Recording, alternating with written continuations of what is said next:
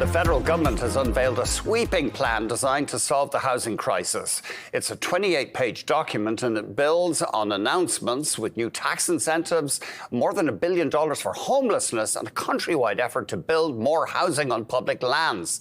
And Ottawa is also sending a message to provinces, territories and municipalities that they need to step up too. Will this be enough? We're joined by Robert Hogue, Assistant Chief Economist at RBC.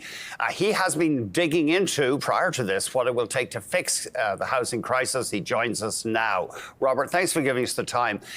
Can you tell us what jumps out for you with this new government plan? A lot of attention being focused on making publicly owned lands available to developers, but with strings attached. They be leased, apparently.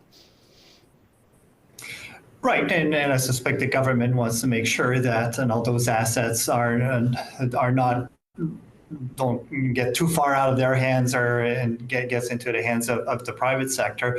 But I think big picture, when you look back over the last now 10 days or so, and that's the series of policy announcements, our key takeaways is that there's a great efforts being emphasis put on the supply side and to grow the Canada's housing stock, particularly of apartment buildings, which is something that Canada desperately needs in pretty much across the entire country. I mean, there's also some measures that help first-time home buyers, for example. But in our view, the focus on the supply is what is needed. It's not a quick fix. It's not going to solve the housing crisis that we have overnight. But those are the fundamental factors that need to be addressed to grow that housing stock relative to the very strong demand that we have and have had for some time, to rebalance the market and get to something that eventually a housing that both on the ownership side and also, if not especially on the rental side, more affordable. So really the focus on the supply side for us is the main takeaway. Why has the market mechanism broken down, in the sense that for years this country has not been building enough housing?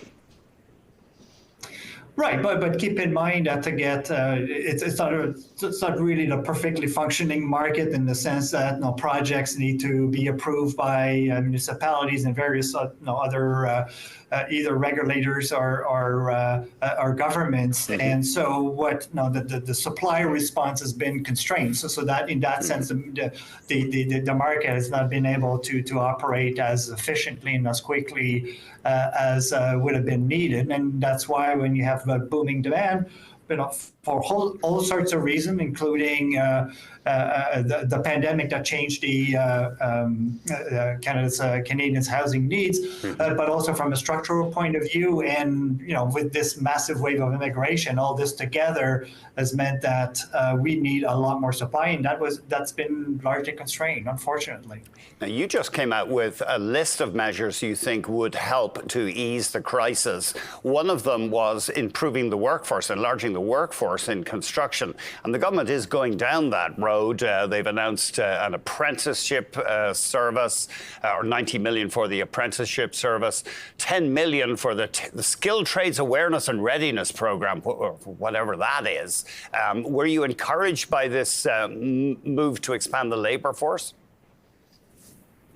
Right, and I think any measures that would attract more Canadians and more people out of the country into the construction trades, I think, are not just welcome. I think they're absolutely needed. And as you point out in our report, really highlighted the fact that we need to grow Canada's construction capacity. I mean, we talk a lot about those various constraints on the ability to get projects approved more quickly, but even if they were all ironed out, because of the sheer size of the growth that we need in our housing stock, we need the capacity to build, and this is where construction workers come in. And also we need to increase the productivity of each of those construction workers. We need to build differently. We need to embrace more things like fabricated homes or modular housing, and so that we can really get construction going. Canadians, I don't know if it's a British and American thing and a Canadian thing. People want to have a front door, whereas I know I'm generalizing, but a lot of people in continental Europe are happy to live in apartments. Can we make a cultural change? I think that cultural change will be forced into those who want to live in big cities, for example. To be very honest with you, if what's the likelihood of a single detached home with a backyard, with a front door, with in the core of the GTA, for example, I think that's a really long shot for like an average Canadian to afford that. So that those demands or those ideals have to be adjusted. And so if one wants to live in the core of the Toronto area, for example, I think the more realistic option especially for first-time home buyers, for most of them, would be more of a condo, something a bit more modest in terms of size, probably more compromised on location. So really, that Canadian dream that you kind of allude to here, I think there has to be some adjustments in some parts of Canada. I think it is very realistic in some smaller centers across the country, but in the large urban areas, I think those I think those are long shots as far as them becoming affordable for your ordinary households out there. Is it time for governments to acknowledge that the private sector can't fix this and just engage in a massive program of public housing building?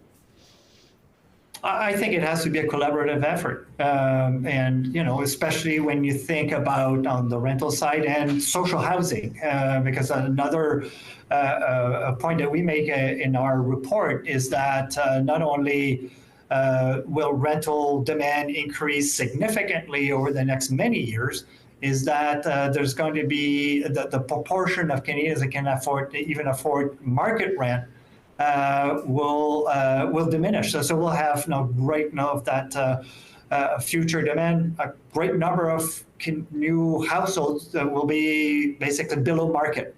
So we need to build a lot more social housing, and that has to be that has to require the collaboration of governments, various sorts of programs.